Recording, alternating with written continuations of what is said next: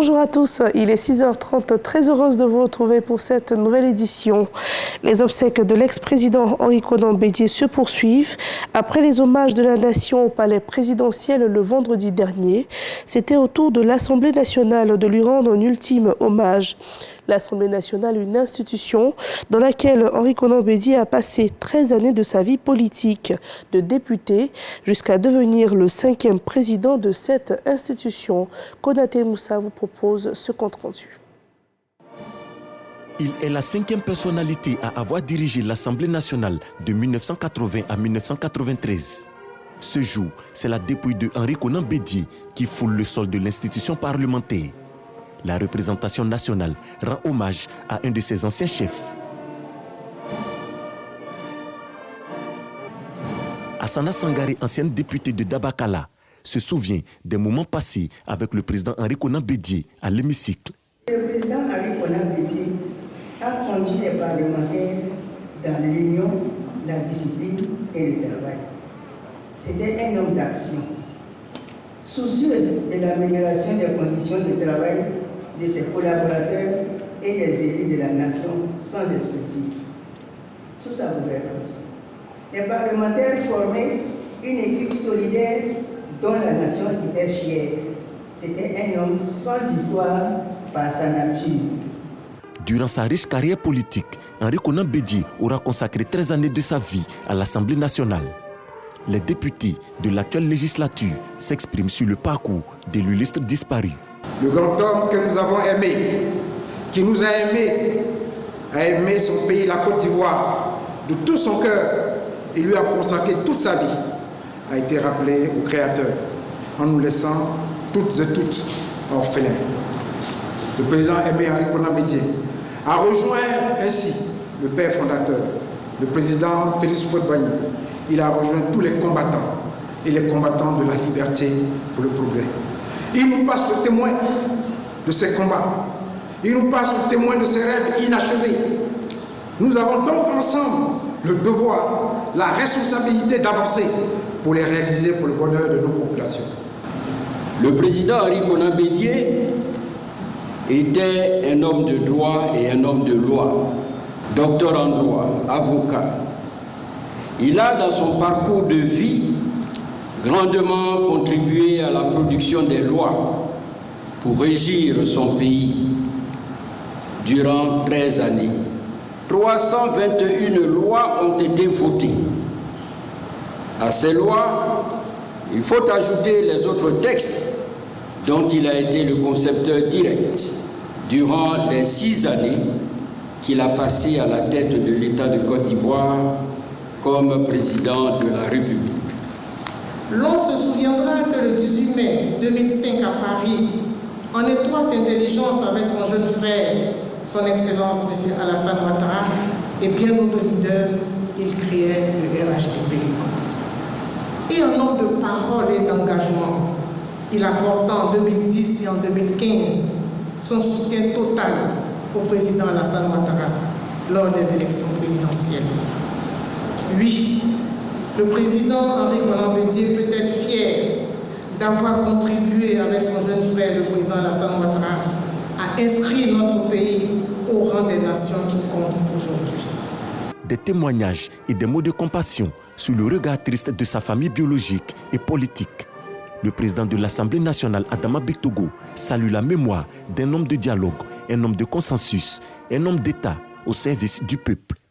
Une partie de l'histoire de la Côte d'Ivoire vient de nous quitter. Chers collègues, à tous et à toutes, je voudrais vous inviter à prier pour le repos de l'âme de celui-là même, comme un baobab s'est couché. Mais s'est couché pour que l'espérance soit au rendez-vous de la génération que nous constituons, parce que son rêve, c'est la Côte d'Ivoire fraternelle, la Côte d'Ivoire sociale, la Côte d'Ivoire du travail, et il a toujours rêvé d'une Côte d'Ivoire forte, forte de sa diversité, d'une Côte d'Ivoire qui obéit à l'épanouissement de son peuple. Après cette journée d'hommage de la nation, ça sera au tour du PDCI-RDA de célébrer son grand leader, Henri Konan Bédié. Toujours avec la série d'hommages, les militants et cadres du PDCI-RDA, le parti de feu Henri Konan Bédié ont salué la mémoire de ce grand homme politique. C'est le siège du parti situé dans la commune de Cocody qui a abrité l'événement hier samedi. Henri Konan Bédié a occupé pendant 30 années la présidence du PDCI-RDA. La cérémonie a été ponctuée par le témoignage de plusieurs cadres du parti. Décédé le 1er août 2023 à Abidjan, Henri Konan Bédié sera conduit ce dimanche 26 mai à Daoukro. Il sera inhumé dans la stricte intimité familiale le 1er juin 2024 à Pepressou, son village natal. Rendons-nous en Indonésie où la Côte d'Ivoire prend part au 10e Forum mondial de l'eau à Bali. À ce rendez-vous, un accord de coopération a été signé avec le Maroc. Il porte sur la gestion intégrée de l'eau. Plus de détails dans ce reportage de Jeanne Toubé. La décision était très attendue et constitue une importante retombée de la participation de la Côte d'Ivoire au 10e Forum mondial de l'eau à Bali. L'approbation par le Conseil mondial de l'eau de la demande d'adhésion de la Côte d'Ivoire à cette organisation. Avec son statut de membre à part entière, la Côte d'Ivoire réaffirme son engagement à conduire avec succès sa politique de gestion durable des ressources hydriques et, par la même occasion, élargit son champ de coopération internationale. La Côte d'Ivoire a beaucoup à nous apprendre, comme tous les États. Nous sommes à l'écoute à la fois des difficultés, mais à la fois aussi des réussites. Et c'est ce que nous attendons de nos membres, qui nous permettent d'aller sur la bonne voie, qui est la voie de la paix et de la prospérité de l'eau. La Côte d'Ivoire a besoin de mener une politique de gestion intégrée de ses ressources. Et pour cela, être à ce forum était important parce que ça permettrait d'avoir l'appui du Conseil mondial de l'eau en matière d'expertise et en matière de conseil, mais ça permettait aussi à la Côte d'Ivoire de rencontrer des partenaires au développement, des partenaires qui ont déjà fait des avancées dans le domaine de la gestion intégrée des ressources en eau, telles que le Maroc, l'Indonésie que nous visitons. La Côte d'Ivoire, membre du Conseil mondial de l'eau. La volonté a été exprimée en 2023 à Fès, au Maroc, lors de la conférence internationale sur l'eau. Autant le ministre Laurent Gbagba s'en félicite, autant il poursuit le combat pour relever d'autres défis en termes de développement durable liés à l'eau et à l'assainissement. En ligne de mire, l'adhésion de la Côte d'Ivoire à la Convention sur l'eau, question au centre des échanges à Bali lors de ce 10e forum entre le chef de la délégation ivoirienne et Sonia Coppel, secrétaire exécutive de la Convention des Nations Unies sur l'eau. Un autre sujet, à présent, une réunion technique de suivi du PND 2021-2025 s'est tenue récemment à la primature au plateau. Lors de cette séance de travail, le comité technique du cadre institutionnel de suivi du PND 2025 a affirmé que le changement climatique pourrait coûter à l'économie ivoirienne jusqu'à 13% du PIB d'ici 2050. Dangui. Exercice de redevabilité et de transparence cher aux partenaires techniques et financiers de la Côte d'Ivoire. Le ministre de l'économie a présenté le bilan au titre de l'année 2023 du Plan national de développement PND 2021-2025. Entre autres réalisations sur cette période, 1650 salles de classe au primaire, 226 nouvelles écoles construites et la rénovation ou la construction de 348 établissements sanitaires de premier contact, ainsi que l'électrification de 615 localités. Les partenaires techniques et financiers notent cependant que de nombreux défis demeurent. Les changements climatiques pourraient coûter à l'économie ivoirienne jusqu'à 13% du produit intérieur brut d'ici à 2050 et pousser plus d'1 600 000 personnes dans la pauvreté. Ceci aura des impacts importants sur l'agriculture, l'énergie, les infrastructures, qu'ils soient des transports, les infrastructures urbaines, aussi les infrastructures côtières. Des défis face auxquels le ministre de l'économie a renouvelé l'engagement du gouvernement à mettre les bouchées doubles pour les relever. De nombreux défis restent encore à surmonter, notamment dans la perspective de la transformation structurelle de notre économie. L'engagement du gouvernement et l'engagement efficace de nos partenaires au développement dans la mise en œuvre du Plan national de développement 2021-2025 devraient permettre de relever ces défis. Le rapport de performance au titre de l'année 2023 a fait des recommandations dont l'observation devrait accélérer la mise en œuvre du PND 2021-2025. Pendant 2 jours, Abidjan a abrité les assises de l'Association internationale de la sécurité sociale et ce sont plus de 120 personnes qui ont participé à cet événement. Durant ces travaux, les participants ont planché sur l'amélioration du recouvrement des cotisations sociales, un cadre qui a permis à la Côte d'Ivoire et au Gabon de renforcer leur coopération de prévoyance sociale. Serge Coléa.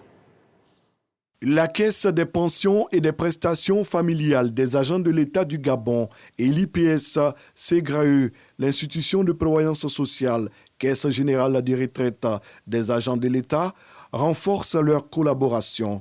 Abdraman Berté, directeur général de l'IPS CGRAE, et Karl Ngemba, son homologue du CPPF, ont scellé les termes de cette convention de coopération.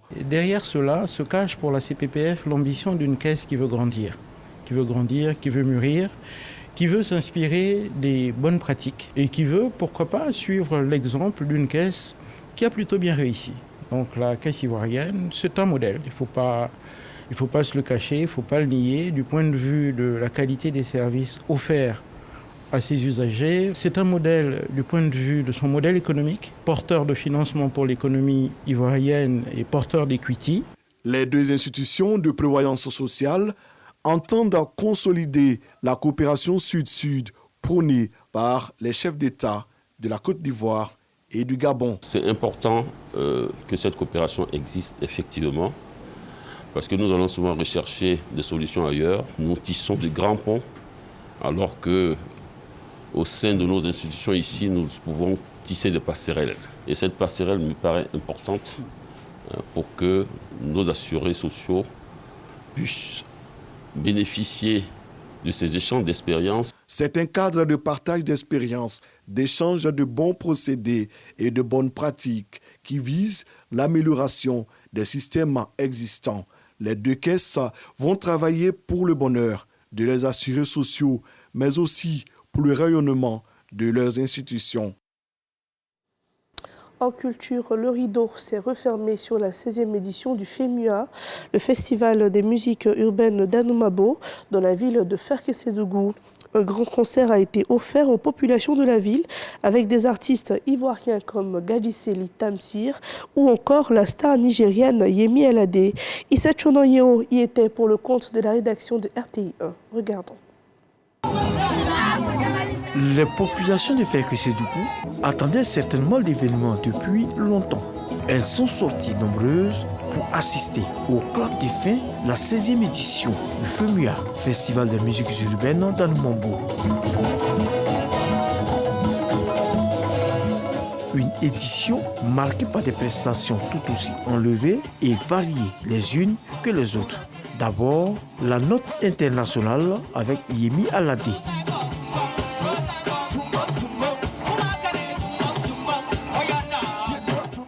Puis Gadiseli Saint-Joseph avec des titres bien connus des mélomanes.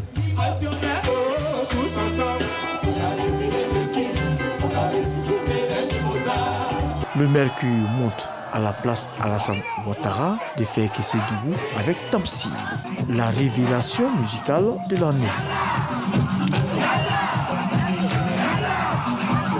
Le commissaire général du FEMUA ne cache pas sa satisfaction. Depuis le début jusqu'à aujourd'hui, j'ai eu l'accompagnement et le soutien du président de la République et de tout son gouvernement qui sont à mes côtés pour essayer de me pousser. Et bien, j'essaie de plus ou moins d'apporter aussi ma petite touche pour que ça devienne l'un des événements les plus grands d'Afrique.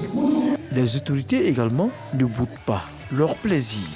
Je tiens à féliciter Asafo de tout ce qu'il fait pour le FEMUA. Vraiment, ça graine du monde, ça donne des conseils aussi à la jeunesse. Et vraiment, c'est une bonne chose. Il faut regarder tous ces jeunes confondus ensemble, sans chercher à savoir qui vient d'où, qui fait quoi, dans une communion totale pour célébrer la musique, pour célébrer l'art, pour célébrer la culture. Oui, le FEMUA gagne en maturité. La ville de Ferguson-Dougou se sent honorée parce que tout le monde connaît un peu la portée de cet événement et on ne peut que se réjouir d'avoir été choisi parmi tant d'autres localités de Côte d'Ivoire pour abriter cette année cette importante manifestation. Merci beaucoup, M. Traoré. Le FEMUA 16 referme ses portes. En même temps, Assalfo et le groupe Magic System scrutent l'horizon en pensant déjà au FEMUA 17. Au chapitre de l'actualité internationale au Burkina Faso, la durée de la transition a été prolongée pour 5 ans. La décision a été prise lors des assises nationales sur la transition. La rencontre qui devait durer 2 jours s'est finalement achevée hier après-midi. La nouvelle version de la charte signée par le capitaine Ibrahim Traoré prévoit une transition de 5 ans à partir du 2 juillet prochain. Selon le document, des élections marquant la fin de cette période pourront néanmoins être organisées avant cette échéance si la situation sécuritaire le permet. Dernière actualité, le chef de la diplomatie italienne a annoncé hier la reprise des financements en faveur de l'agence de l'ONU pour les réfugiés palestiniens. Des financements en faveur de la population d'un montant global de 35 millions d'euros, dont 5 millions seront alloués à l'organisation. Voilà qui met un terme à ce journal. Merci à tous de nous avoir suivis et bonne fête à toutes les mamans de Côte d'Ivoire.